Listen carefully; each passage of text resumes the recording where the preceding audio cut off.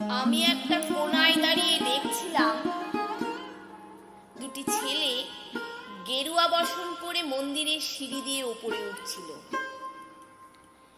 এত মন দিয়ে আমি কাউকে সিঁড়ি স্নেহ করতে দেখিনি, এত ভালোবাসা দিয়ে আমি কাউকে সিঁড়ি থেকে ধুলো তুলতে দেখিনি। সিঁড়ি না, যেন জননীর ত্বক থেকে ধুলো তুলছিল। এভাবে সিঁড়ি থেকে ধুলো মুছতে আমি কোথাও দেখিনি। স্থিতপ্রজ্ঞ মহারাজকে জিজ্ঞেস করলাম, ছেলে দুটি কে? মহারাজ মৃদু হেসে বললেন, একজন নিউক্লিয়ার ফিজিসিস্ট, একজন IBM এর লক্ষ টাকার চাকরি ছেড়ে এখানে এসেছে সিঁড়ি ধুতে।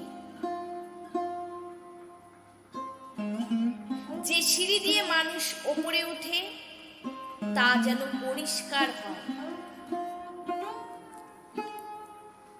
মহারাজ চলে গেছেন, সন্ধ্যা নেমে আসছে গঙ্গায়,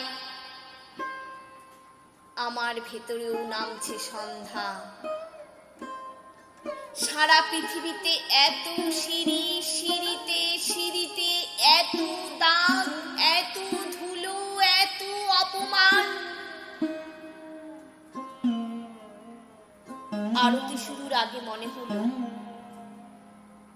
যে সিঁড়ি মুছতে পারে না সে কোনোদিন মানুষের চোখের জল মুছতে পারবে না।